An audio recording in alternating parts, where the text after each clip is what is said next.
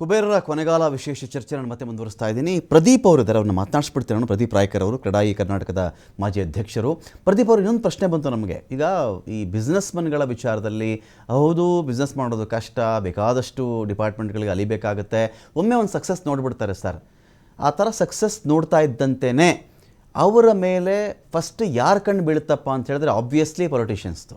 ಚೆನ್ನಾಗಿ ದುಡ್ಡು ಮಾಡ್ತಾ ಇದ್ದಾನೆ ಅಂತ ನಂಗೆ ಸ್ವಲ್ಪ ಕೊಡಲಿ ಬಿಡು ಅಂತ, ಅದು ಯಾರಾದರೂ ಆಗಿರಲಿ, ಅಥವಾ ನಂಗೆ ಸಹಾಯ ಮಾಡಲಿ ಬಿಡು ಅಂತ. ಇದರಲ್ಲಿ ಕಿಕ್ ಬ್ಯಾಕ್ ಕೂಡ ಇರಬಹುದು, ನಾನು ನಿನಗೆ ಈ ಸಹಾಯ ಮಾಡ್ತೀನಿ, ನನಗೆ ಆ ಸಹಾಯ ಮಾಡ್ತೀನಿ ಅಂತ ಹೇಳಿ. ಆದರೆ ಪಾಯಿಂಟ್ ಏನು ಅಂತ ಹೇಳಿದ್ರೆ, ಇಂಥ ವಿಚಾರಗಳೆಲ್ಲ ಚೆನ್ನಾಗಿದ್ದ ಮೇಲೆ ಇದು ಪೊಲಿಟಿಷಿಯನ್ಸ್ ಪ್ರೆಷರೋ ಬೇರೆ ಪ್ರೆಷರೋ ನನಗೆ ಗೊತ್ತಿಲ್ಲ, ಇದನ್ನು ಫೇಸ್ ಮಾಡಬಹುದಾಗಿತ್ತಲ್ವ. ಕಾರಣ ಇನ್ನೊಂದು ಹೇಳ್ಬಿಡ್ತೀನಿ ನಾನು, ಝೀರೋಯಿಂದನೇ ಬಂದಿರ್ತಾರೆ ಸರ್ ಎಷ್ಟೋ ಬಿಸ್ನೆಸ್ಮನ್ಗಳು. ಅಪ್ಪಂದೋ ತಾತಂದೋ ಆಸ್ತಿ ಇಟ್ಕೊಂಡು ಬರೋರು ಕೆಲವರು ಝೀರೋಯಿಂದ ಬಂದಿರ್ತಾರೆ. ಅಕಸ್ಮಾತ್ ಇದು ಬೀಳ್ಸಿದ್ರು ನಾನು ಮತ್ತೆ ಕಟ್ಟಬಲ್ಲೇನೋ ಕೆಪಾಸಿಟಿ ಇದ್ದವರೇ ಇರ್ತಾರೆ. ಈ ಥರದ್ದು ನಿರ್ಧಾರಕ್ಕೆ ಯಾಕೆ ಬಂದ್ಬಿಡ್ತಾರೆ ಅಂತ ಒಂದು ಆಶ್ಚರ್ಯ ಹಾಗೆ ಉಳ್ಕೊಂಡ್ಬಿಡುತ್ತಾ ಅಂತ.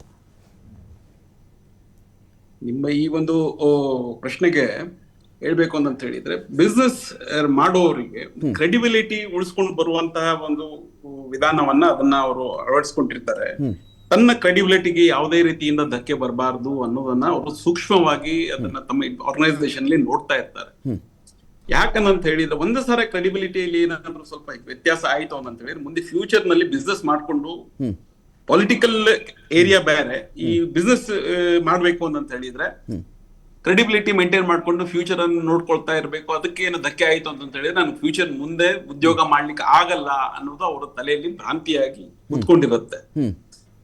ಇದೇ ಒಂದು ದೊಡ್ಡ ಕಾರಣವಾಗಿ ಈ ತರದ ಒಂದು ನಿರ್ಧಾರ ತಗೊಂಡಿರ್ಬೇಕು ಅಂತ ಹೇಳಿ ನನ್ನ ಒಂದು ಪ್ರಶ್ನೆ ಅಥವಾ ಒಂದು ಊಹೆ. ಕ್ರೆಡಾಯಿ ಮುಂದೆ ಪ್ರದೀಪ್ ಅವರೇ, ಕ್ರೆಡಾಯಿ ಮುಂದೆ ಅನೇಕ ಜನ ಇರ್ತಾರೆ, ಮೆಂಬರ್ಸ್ ಇರ್ತಾರೆ. ನಿಮ್ಮ ಬಳಿ ಬಂದು ಸಾಮಾನ್ಯವಾಗಿ ಒಂದಷ್ಟು ಪ್ರಶ್ನೆಗಳಂತೂ ಅವ್ರು ಇಟ್ಟಿರ್ತಾರೆ, ಸಮಸ್ಯೆಗಳಂತೂ ಹೇಳ್ಕೊಂಡಿರ್ತಾರೆ. ಉದ್ಯಮಿಗಳು, ನಿಮ್ಮ ಕ್ರೆಡಾಯಿ ವಿಭಾಗದಲ್ಲಿ ಉದ್ಯಮಿಗಳು ಫೇಸ್ ಮಾಡ್ತಿರ್ತಕ್ಕಂಥ ಮೇಜರ್ ಪ್ರಾಬ್ಲಮ್ಸ್ ಏನೇನು? ಮೇಜರ್ ಪ್ರಾಬ್ಲಮ್ಸ್ ನಾನು ಡಿಬೇಟ್ ನ ಇನಿಷಿಯಲ್ ಸ್ಟೇಜ್ ಅಲ್ಲೇ ಹೇಳಿದಂಗೆ, we have got various projects, various problems ಗಳು ಇದ್ದೇ ಇರ್ತವೆ. ಒಂದು ಅಪ್ರೂವಲ್ಸ್ ಗಳು, ಕೋಟಿಗಟ್ಟಲೆ ಹಣಗಳನ್ನ ಪ್ರಾಪರ್ಟಿ ಮೇಲೆ ಹಾಕೊಂಡು ಅಪ್ರೂವಲ್ಸ್ ಗಳಿಗಾಗಿ 2-3 ವರ್ಷ ಅಲದಾಡಬೇಕು. ಇದೊಂದು ದೊಡ್ಡ ಬರ್ಡನ್ ಆಗಿ ಕುತ್ಕೊಂಡಿರುತ್ತೆ. ಸೆಕೆಂಡ್ ಆಗಿ, ರಿಯಲ್ ಎಸ್ಟೇಟ್ ರೆಗ್ಯುಲೇಟರಿ ಆಕ್ಟ್ ಬಂದ ಮೇಲೆ ಬಿಲ್ಡರ್ಸ್ ಗಳಿಗೆ ಯಾವುದೇ ರೀತಿಯಿಂದ ಒಂದು ಹೆಲ್ಪ್ ಅನ್ನೋದು ಯಾವುದೂ ಇರೋದಿಲ್ಲ. ಸರಿಯಾದ ಟೈಮ್ ನಲ್ಲಿ ಪ್ರಾಜೆಕ್ಟ್ ಅನ್ನು ಲಾಂಚ್ ಮಾಡಬೇಕು, ಸರಿಯಾದ ಟೈಮ್ ನಲ್ಲಿ ಪ್ರಾಜೆಕ್ಟ್ ಡೆಲಿವರಿ ಮಾಡಬೇಕು. ಅದು ಯಾವ ತರ ನೀವು ಡೆಲಿವರಿ ಮಾಡ್ತೀರಾ ಅನ್ನೋದು ದಟ್ ಇಸ್ ಡೆಲಿವರಿ ಬಿಟ್ಟು ವಿಷಯ. ಸರ್ಕಾರ ಯಾವುದೇ ರೀತಿಯಿಂದ ಅನುಕೂಲತೆಯನ್ನು ಮಾಡ್ಕೊಳ್ಳೋದಿಲ್ಲ.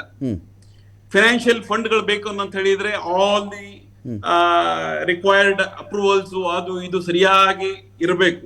ಅದನ್ನೇ 3-4 ವರ್ಷ ಲೇಟು ಆಯ್ತು ಅಂತ ಹೇಳಿದ್ರೆ ಪ್ರಾಜೆಕ್ಟ್ ಗಳನ್ನ ನಿರ್ಮಾಣ ಮಾಡ್ಲಿಕ್ಕೆ ಅಥವಾ ಸ್ಟಾರ್ಟ್ ಮಾಡ್ಲಿಕ್ಕೆ ಹಣ ಎಲ್ಲಿಂದ ತರಬೇಕು?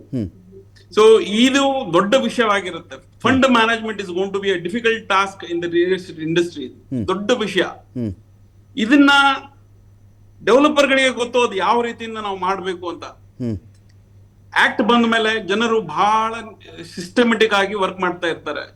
ಇವತ್ತು 5 ಲಕ್ಷ ಇನ್ವೆಸ್ಟ್ಮೆಂಟ್ ಮಾಡಿದವನು ಸಹ 50 ಕೋಟಿ ಇನ್ವೆಸ್ಟ್ ಮಾಡಿದ್ರ ಗತೆ ಡೆವಲಪರ್ ಗೆ ಕೇಳೋ ಹಕ್ಕಿದೆ. ಇದನ್ನೆಲ್ಲ ಇಟ್ಕೊಂಡು ಉದ್ಯೋಗವನ್ನ ಸರಿಯಾದ ರೀತಿಯಿಂದ ಮಾಡ್ಕೊಂಡು ಹೋಗ್ಬೇಕು ಅಂತ ಹೇಳಿದ್ರೆ, you can understand what kind of an patience, what kind of an stress developer ಗಳು ಫೇಸ್ ಮಾಡ್ತಾ ಇರ್ತಾರೆ ಅನ್ನೋದನ್ನ ನೀವು ತಿಳ್ಕೊಂಡಿರ್ತೀರಾ.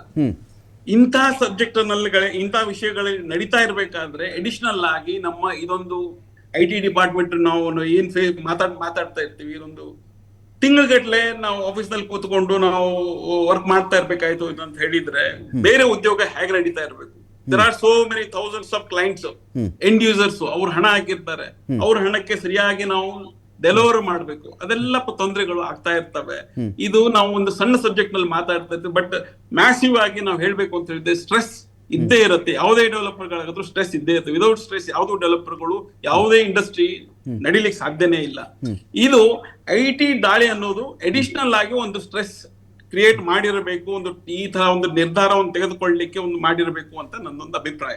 ಫೈನ್ ಸರ್, ಈಗ ನಿಮ್ಮದೇ ಉದ್ಯಮದಲ್ಲಿ ಅಂತ ಬಂದಾಗ ಎಷ್ಟು IT ದಾಳಿಗಳಾಗ್ಬಿಟ್ಟಿದೆ ಸರ್? ಎಷ್ಟು ಜನ ಇಂಥ ದಾಳಿಗಳು ಒಳಗಾಗ್ಬಿಟ್ಟಿದ್ದಾರೆ?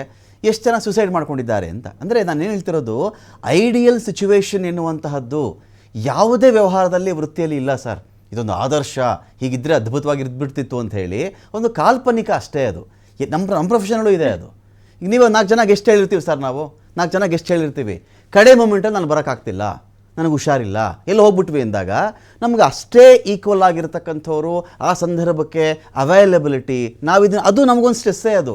ಅಯ್ಯೋ ಅವ್ರು ಬರ್ತಿಲ್ವಂತೆ, ಪ್ಯಾನಲ್ ಚೆನ್ನಾಗಿರ್ಬೇಕು, ನಮ್ಮ ಡಿಬೇಟ್ ಚೆನ್ನಾಗಾಗಬೇಕು, ಹೆಚ್ಚು ವಿಷಯ ಜನಕ್ಕೆ ತಿಳಿಸ್ಬೇಕು ಅಂತ ಬಂದಾಗ ಅದು ಒಂದು ಸ್ಟ್ರೆಸ್ಸೇ ಸರ್. ಅದು ಯಾವ ಉದ್ಯಮದಲ್ಲಿ ಇಲ್ಲ. ಲೋಕೇಶ್ವರ್ ಸರ್ ಕೇಳಿ, ಅವ್ರ ಡಿಪಾರ್ಟ್ಮೆಂಟ್ ಸ್ಟ್ರೆಸ್ ಇರಲಿಲ್ವಾ ಅಂತೇಳಿ, ಇರಲಿಲ್ವಾ ಸ್ಟ್ರೆಸ್ ಅವ್ರ ಡಿಪಾರ್ಟ್ಮೆಂಟಲ್ಲಿ ಅಂತೇಳಿ, ಯಾವುದಲ್ಲಿಲ್ಲ ಸರ್. ನಾನು ಏನೋ ಒಂದು ಲಾಭ ಪಡ್ಕೊಳ್ತಾ ಇದ್ದೀನಿ, ನನಗೇನೋ ಒಂದು ಸಿಗ್ತಿದೆ ಅಂದಾಗ ಆ ಸ್ಟ್ರೆಸ್ ಎಲ್ಲ ಪಾರ್ಟ್ ಥರ ಟ್ರೀಟ್ ಮಾಡ್ಬೇಕು ನಾವು. IT ದಾಳಿಯಿಂದ ಸುಸೈಡ್ ಮಾಡ್ಕೊಂಡ್ರ ಸಂಖ್ಯೆ ಬಹಳ ವಿರಳ, ಅಂದ್ರೆ ನಿಲ್ಲನ್ಲಿಕ್ಕೆ ಪರವಾಗಿ ನಾನು ಹೇಳ್ಬೇಕು ಅಂತ ಹೇಳಿದ್ರೆ it is not big issue. ಈ IT ದಾಳಿಯಿಂದಾನೇ ಸುಸೈಡ್ ಮಾಡ್ಕೊಂಡಿದಾರಂತ ನನಗನ್ಸೋ ಮಟ್ಟಿಗೆ, along with IT some other issues must be there administration ನಲ್ಲಿ ಇರಬೇಕು ಅಂತ ನನ್ನೊಂದು ಅಭಿಪ್ರಾಯ ಇರಬಹುದು. ಅದಕ್ಕೆ ಆದ್ರೆ mister Roy he is a daredevil man. ಅವರು ಯಾವುದಕ್ಕೂ ಸಣ್ಣ ಒಂದು ವಿಷಯಕ್ಕೆ ಹೆದರುವಂತ ಮನುಷ್ಯರಲ್ಲ. ಯಾವುದೇ ಅವರು 22 ವರ್ಷದಿಂದ ಸಾಮ್ರಾಜ್ಯವನ್ನು ಕಟ್ಕೊಂಡಿದ್ದಾರೆ. ಅವರು ಸಣ್ಣ ಸಣ್ಣ ವಿಷಯಗಳಿಗೆ ಅಥವಾ ಯಾವುದೇ ಒಂದು ಸ್ಟ್ರೆಸ್ ಅನ್ನ ಅದು ಸುಸೈಡ್ ಮಾಡ್ಕೊಳ್ಳುವಂತ ಒಂದು ಇದಕ್ಕೆ ಹೋಗೋರಲ್ಲ. ಇದು ಯಾವ ಕಾರಣದಿಂದ ನಿನ್ನೆ ಅವರು ಈ ತರ ಡಿಸಿಷನ್ ತಗೊಂಡಿದಾರೋ ಇಟ್ ಇಸ್ ಕ್ವಶನೇಬಲ್ ಆಗಿ ಉಳಿದಿದೆ. In the due course of time definitely ನಿಮ್ಗೂ ಗೊತ್ತಾಗತ್ತೆ, ನಮಗೂ ಗೊತ್ತಾಗಿರುತ್ತೆ. But this is very sad news for the industry ಅಂತ ನಾನು ಹೇಳ್ತೀನಿ. ಓಕೆ.